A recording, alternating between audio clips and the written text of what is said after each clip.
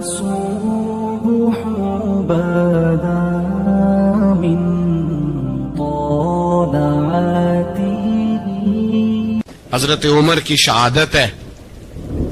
یہودی بول اٹھا, کافر بول اٹھا, اگر 6 مہینے عمر دنیا میں اور رہتے تو دنیا میں کوئی کافر موجود نہ ہوتا. 6 مہینے. اور جب اس بطل جلیل کا جنازہ اٹھا, اللہ بخاری پڑھیے نا, اللہم ارزقنا شہادۃ فی سبیلک, اللہ بسترے کی موت نہ دینا, شہادت کی دینا. عمر شہید ہوئے, مسجد نبوی میں نماز پڑھاتے, اور جب جنازہ اٹھا تو مدینے کا پھر پیچھے جو دلیر بچے وہ مولا علی تھے. مولا علی, جناب عمر کا جنازہ اٹھا تو سب سے پہلی ہائے جو نکلی وہ حضرت علی کی زبان سے نکلی, اور حضرت علی کی ساری داڑھی آنسوؤں سے بھر گئی. لوگوں نے کہا کہ علی کیا ہوا؟ فرمانے لگے تم دیکھ نہیں رہے جنازہ کس کا اٹھا ہے, پلٹ کے دیکھو تو صحیح, تمہیں پتہ نہیں یہ کون گیا ہے؟ کہ حضور کیا ہوا؟ آپ فرمانے لگے عمر اس طرح کے کام کر کے گیا ہے, اب ان کے رستوں پہ کون چلے گا؟ کون اس کے جگر راہ وفا میں؟ میں نقش ایسے چھوڑ آیا ہوں, میں جس منزل سے گزرا ہوں وہ اب تک یاد کرتی ہے. حضرت علی حضرت عمر کے جنازے پہ کھڑے ہو کے کہتے ہیں اللہ مجھے اس طرح کے عمل کرنے کی توفیق دے جس طرح کے عمر کر کے گیا. میرے بھائی, بطل عزیز, بطل حریت حضرت عمر رضی اللہ تعالیٰ عنہ, جو اپنی زندگی انقلاب والی گزار کے گئے. عمر جب دنیا سے گئے تو 80 دینار کا قرضہ تھا, 22 لاکھ مربع میل کا حکمران, اور اپنے بیٹے سے کہنے لگے بیٹے کوشش کرنا تیرے خاندان والے مل کے میرا قرضہ اتار دے, میری قبر پہ بوجھ نہ رہے, اور اگر خاندان والے مدد نہ کریں تو میرے دوستوں سے بات کرنا, وہ مدد نہ کریں تو پھر علی سے بات کرنا. ان کا پیار آپس میں اتنا, اور تو اختلاف ثابت کر رہا ہے. 80 دینار کا قرضہ چھوڑ کر حضرت عمر دنیا سے گئے, اور جاتی دفعہ کہہ گئے میرے بعد میرے بچوں کو حکومت کے مشورے میں بھی شامل نہ کرنا, حکومت کے مشورے میں بھی میری اولاد شامل نہ ہو. اتنا بڑا شخص اتنا بڑا رنگ دے کے 1 محرم کو جب عمر فاروق کا وصال ہوا تو بیٹے سے کہنے لگے اما عائشہ سے جا کے کہو میرا بھی نبی پاک کے روزے میں دفن ہونے کو دل کرتا ہے. ایک قبر کی جگہ ہے اما جی نے اپنے لیے رکھی ہے, بخاری ہے بخاری. حضرت عائشہ کے پاس صاحبزادے گئے, کہنے لگے اما جی عمر کو زخم لگ گیا ہے, حالت بڑی پریشانی والی ہے. وہ کہتے ہیں اگر اما اجازت دیں. سید عائشہ رو پڑی, فرمانے لگی کہ اپنی قبر کی جگہ تو نہیں نہ کسی کو دیتا, پر عمر نے کمال ہی بڑا کیا. اسے کہو جاؤ گنبد خضرا میں قیامت تک جو مصطفیٰ پہ اور ابو بکر پہ سلام پڑے گا وہ تجھ پہ بھی سلام پڑھ کے جائے گا, جاؤ میں نے جگہ دی. اعلیٰ حضرت فاضل بریلوی رحمت اللہ علیہ فرماتے ہیں وہ عمر جس کے آداب شیدہ شکر, اس خدا دوست حضرت پہ لاکھوں سلام, اس خدا دوست حضرت پہ. آپ یقین کریں ممبر پہ بیٹھا ہوں, حضرت عمر کا جب نام لیتا ہوں تو میرے وجود کے رونگٹے کھڑے ہو جاتے ہیں. حضرت عمر کی زندگی جب پڑھتا ہوں تو لگتا ہے خدایا ایسے شخص بھی دنیا میں آئے. کہ حضرت عمر رضی اللہ تعالیٰ عنہ کا آج یوم شہادت ہے. میرا تو دل کرتا تھا کہ فجر سے باتیں شروع ہوں اور سارا دن ہی عمر کی باتیں ہوتی رہیں, سارا دن جناب عمر کی باتیں, سارا دن. اس لیے کہ ذکر جناب عمر کا ہوگا پر راضی اللہ کے رسول ہوں گے. میرے رسول پاک علیہ السلام سب کے لیے ہی دعا مانگتے ہیں نا, حضور کی دعا عام ہے, لیکن مصطفیٰ کریم نے کعبے کا غلاف تھام لیا اور غلاف کعبہ کو حضور نے سینے سے لپٹایا اور سینے سے چمٹا کے کہا اللہ میں نے تو کبھی سوال ہی زیادہ نہیں کیے, میں کرنے آیا ہوں مجھے عمر دے دے, عمر دے دے. حضور نے مانگ کے لیا. اور پھر جب جس کو حضور مانگے اللہ سے, حضرت عوف بن مالک اشجعی ایک صحابی ہیں, حضرت عوف بن مالک رضی اللہ تعالیٰ عنہ فرماتے ہیں کہ جناب ابو بکر صدیق کا زمانہ تھا تو میں نے خواب دیکھا, میں نے خواب میں جناب عمر کو دیکھا, اور میں نے دیکھا کہ کوئی کہنے والا کہہ رہا ہے کہ عمر وہ ہے کہ اللہ کے رستے میں کوئی اسے جتنا مرضی برا بھلا کہے یہ پرواہ نہیں کرتا. کس کے رستے میں؟ بولے سارے.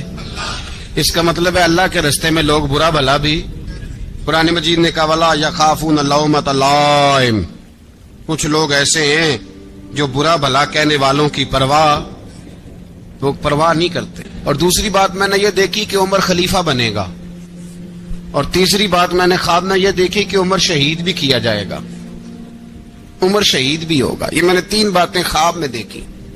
فرماتے ہیں میں نے آ کے خواب حضرت ابو بکر صدیق کو سنائی، وہ خلیفہ تھے۔ وہ کہنے لگے ٹھہر جا، میں عمر کو بلاتا ہوں، اس کے سامنے دوبارہ سنانا، اس کے سامنے۔ فرماتے ہیں میں نے بلایا حضرت عمر فاروق کو، آ کے بیٹھے، خواب شروع ہوا۔ کہ ایک بات تو میں نے یہ دیکھی کہ آپ ملامت کرنے والے کی پرواہ نہیں کرتے، دوسرا آپ خلیفہ بنے گے۔ جناب عمر کہنے لگے چپ کر، ابو بکر کے سامنے ہی کہہ رہا ہے، چپ کر، خلیفہ کے سامنے ہی کہہ رہا ہے۔ تو حضرت ابو بکر صدیق کہنے لگے عمر اسے کہنے دو، مجھے لگتا ہے رب کی رضا یہی ہے کہ میرے بعد اگر مصطفیٰ کا منبر ملے تو عمر کو ملے، اسے کہنے دو، کہنے دو۔ حضرت عمر رضی اللہ تعالیٰ عنہ کو تیسری بات کہی۔ حضرت عوف بن مالک نے کہا آپ شہید کیے جائیں گے، میں نے خواب دیکھی ہے۔ نیک لوگوں کے خواب بڑی حد تک سچے ہوتے ہیں۔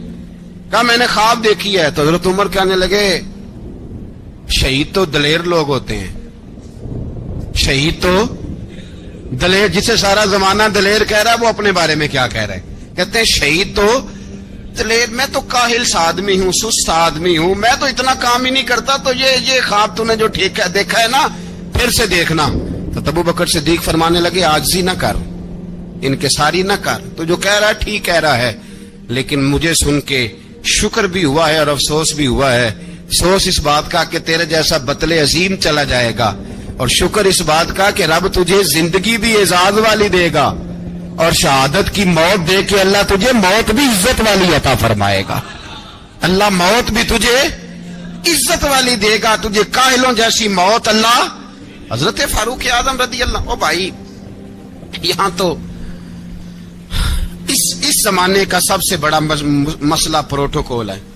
ہم چھوٹے طبقے سے لے کر بڑے سارے پروٹوکول کے قائل ہیں، پر حضرت عمر رضی اللہ تعالی، حضرت عمر کی سادگی اور پھر جناب عمر کی عاجزی، جب انسان اپنے اوپر سوار کر لیتا ہے نا، سوار کر لیتا ہے، میں بدکار پرانا خادم، کسے در ملی نٹ ہوئی، تے واصف یار نے نظر جو کیتی تے واصف ہی ہو۔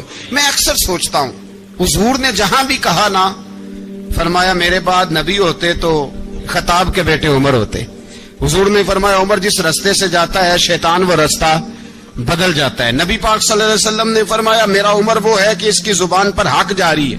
حضور علیہ الصلوۃ والسلام نے فرمایا 950 سال حضرت جبریل میرے عمر کی شان بیان کریں تو ان کی عظمت ختم نہیں ہوتی۔ 950 سال جبریل عظمت بیان کرے تو ختم نہیں ہوتی۔ یہ بات ہے حضرت عمر کی، اور فرمایا عمر ابو بکر کی نیکیوں میں سے ایک نیکی ہے، یہ شان ہے اب عمر فاروق رضی اللہ تعالیٰ عنہ کی۔ حضور نے فرمایا میرے بعد نبی ہوتے تو عمر ہوتے، جس گلی سے عمر آئے شیطان رستہ بدل جائے۔ میرے عمر فاروق کی شان 950 سال بیان ہو تو ختم نہ ہو۔ عمر کی زبان پر اللہ حق بیان کرتا ہے، جو عمر کہتا ہے وہی رب کر دیتا ہے۔ حضور ساری زندگی فضیلتیں بیان کرتے رہے، عمر جواب میں کیا کہتے ہیں؟ کوئی بتائے نا کہ یہ والی حدیثیں کبھی عمر نے بھی روایت کی ہوں کہ حضور نے میرے بارے میں یہ کہا ہے۔ یہ روایتیں وہ روایت نہیں کرتے، ان سے جب لوگ کہتے عمر تیری بڑی بات ہے تو عمر رو پڑتے، کہتے میں تو اونٹ چرانے والے باپ کا بیٹا ہوں، میں تو اونٹ چرانے والے باپ کا بیٹا، اونٹ چرا۔ اس سے آگے عمر گئے ہی نہیں ساری زندگی، اس سے آگے لفظ ہی نہیں ادا کی۔ اور میں تو بھائی اونٹ چرانے والا، میرا باپ تو اونٹ چرایا کرتا تھا، 10 اونٹ تھے، میری ڈیوٹی ہوتی تھی، سنبھالے نہیں جاتے تھے، ابا ڈنڈوں سے مارتا تھا۔ ساری زندگی عمر حج کرنے گئے، ایک خشک تنا کھجور کا عمر فاروق رضی اللہ تعالیٰ عنہ نے اس کو اپنے کلاوے میں لیا، رونے لگے۔ لوگوں نے کہا عمر کیا ہوا؟ فرمانے لگے یہاں میں اونٹ چرایا کرتا تھا، یہاں میں اونٹ چراتا تھا، 10 اونٹ سنبھالے نہیں جاتے تھے۔ دیکھو رسول اللہ کی شان، آج ساری امت چلانے کا طریقہ عطا فرما دیا ہے، ساری نظریے سے پیار۔ یار پیسہ کس کو برا لگتا ہے؟ سارے صحابہ مل کے آئے, کہنے لگے عمر فاروق سے کہنا ہے نبی پاک کے زمانے میں تو ظاہراً غربت تھی, ابو بکر کے دور میں بھی غربت تھی, اب تو بڑا محال ہے. عمر سے سفارش کرو کہ عمر نیا کرتا پہنا کرے. ملکوں کے سفیر آتے, عمر وہی پھٹی پرانی چادر اوڑھ کے اور وہی کئی جگہ پہ پیوند لگے سوٹ پہن کے سفیروں کے سامنے بیٹھ جاتا ہے. عمر کو مشورہ دو, طے ہو گئی بات. سب نے جب مشورہ دے لیا تو سارے کہنے لگے یہ بتاؤ شیر کی مونچھ کو ہاتھ کون لگائے گا, کہنا کس نے ہے, بندہ بھی تو ڈھونڈو نا. نے کہا جناب میرا یہ خیال ہے کہ مولا علی شیر خدا کہیں گے, کیونکہ جس شخص کی عمر کو سب سے زیادہ حیا کرتے دیکھا وہ شیر خدا مولا علی ہے رضی اللہ تعالی. علی کہیں گے اس لیے کہ جناب علی تو کئی دفعہ جب گفتگو کرتے تھے تو حضرت عمر چپ کر جاتے تھے اور فرماتے تھے علی نہ ہوتا تو میں ہلاک ہو جاتا. تو کہا علی سے کہو. جناب علی شیر خدا کو بلایا, کس کام کے لیے جی؟ اللہ اکبر. یہ ذرا آپ نے اس دور پہ اس بات کو ذرا کہا جناب ان سے کہیں کہ زیادہ نہیں, ایک کرتا نیا پہن لے, سفیر آتے ہیں وزیر آتے ہیں تو ایک کرتا نیا پہن لے. حضرت علی کو بلایا, آپ فرمانے لگے کوئی اور بات ہوتی تو میں کہہ دیتا, یہ والی میں نہیں کہہ سکتا. کوئی اور ہوتی تو میں عمر کو کئی دفعہ کہہ دیتا ہوں, جلال میں بھی تو سن, یہ والی میں نہیں کہہ سکتا. میں تمہیں ایک مشورہ دیتا ہوں. کہا وہ کیا؟ کہنے لگے سیدہ عائشہ صدیقہ سے کہو, وہ مومنوں کی ماں ہیں, عمر ٹالے گا نہیں. اماں جی سے جا کے کہا اماں جی نیا کرتا عمر سے کہیں پہن لیں, وزیر آتے ہیں بڑے بڑے لوگ تو چلو کوئی حرج نہیں. اماں جی نے کہا اچھا کوئی بات نہیں میں بلا لیتی ہوں. جناب عائشہ نے پیغام بھیجا. جب خادم نے کہا نا مصطفیٰ کے گھر سے پیغام آیا ہے, تو 20 لوگ بیٹھے تھے. عمر کانپتے ہوئے اٹھے, کانپتے دوڑے. حضرت عائشہ پردے میں تھی تو فرماتی ہیں عمر اتحیات کی حالت میں بیٹھ گئے. کہا اماں جی دیر تو نہیں ہو گئی مجھے آنے میں؟ کہا نہیں ٹائم پہ آ گئے ہو. کس لیے بلایا تھا؟ کہا عمر دیکھو غربت کے معاملات اور ہوتے ہیں, جب اللہ آسانی دے تو کوئی چیز استعمال کرنا حرام نہیں ہوتی, اگر حرام ہے تو بتاؤ. کہا نہیں اماں جی حلال ہی ہے. تو فرمایا پھر اتنے سفیر آتے ہیں مشیر آتے ہیں, اب تو مال غنیمت بڑا آتا ہے, ڈھیر لگ جاتے ہیں مسجد میں, تو چل ایک نیا کرتا تم بھی پہن لیا کرو, اور آپ نیا کرتا پہنو گے تو دھاک بیٹھے گی غیروں پر. تو صحابہ کا مشورہ ہے کہ آپ نیا لباس پہنے. اماں جی کہتی ہے میں نے حکم دیا تو عمر چپ کر گئے, گردن جھک گئی. تھوڑی دیر کے بعد سیدنا عمر فاروق نے سر اٹھایا تو داڑھی پہ آنسو گر رہے تھے, رو پڑے. کہنے لگے پاک محبوب کی پاک بیوی جیسے حکم کرتی ہو میں حاضر ہوں, پر مجھے وہ والا لباس پہنانا جو میرے مصطفیٰ نے پسند فرمایا ہے. اگر یہ رنگ رسول پاک کا ہے تو میں حاضر ہوں, اور اگر نبی پاک کا نہیں تو پھر جیسے آپ حکم کریں. جناب عائشہ کہتے ہیں عمر روئے تو میں زیادہ روئی, میرا پلو بھیگ گیا آنسوؤں سے. میں نے کہا عمر آپ جائیے. عمر یوں نکلے تو جو صحابہ کھڑے تھے وہ کونے میں تھے, سارے آ گئے. کہا اماں جی کیا بناؤ؟ فرمایا بھائی تم سب جو باتیں کہتے ہو وہ اپنی جگہ ٹھیک ہیں, پر عمر جو بات کرتا ہے وہ سب سے زیادہ ٹھیک ہے. عمر جس پہلو پر بات کرتا ہے وہ یار ایسی عاجزی, ایسا رنگ, ایسا انداز, ایسا طرز حیات, ایسی زندگی. اولاد کے معاملے میں لوگ بزدل ہو جاتے ہیں, بزدل. پر حضرت عمر کا بیٹا مصر گیا, وہاں سے کمائی کر کے لایا, تجارت کرنے گیا, لاکھوں کا مال.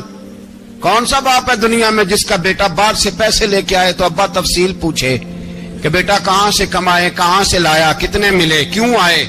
کون سا باپ تفصیل پوچھتا ہے؟ ابا تو کہتا ہے لا صحیح, اور تعریفیں کرتا ہے میرا بیٹا بڑی کمائی کرتا ہے. کبھی پوچھا ہے اس سے کہ ڈیوٹی صحیح دیتا ہے کہ نہیں؟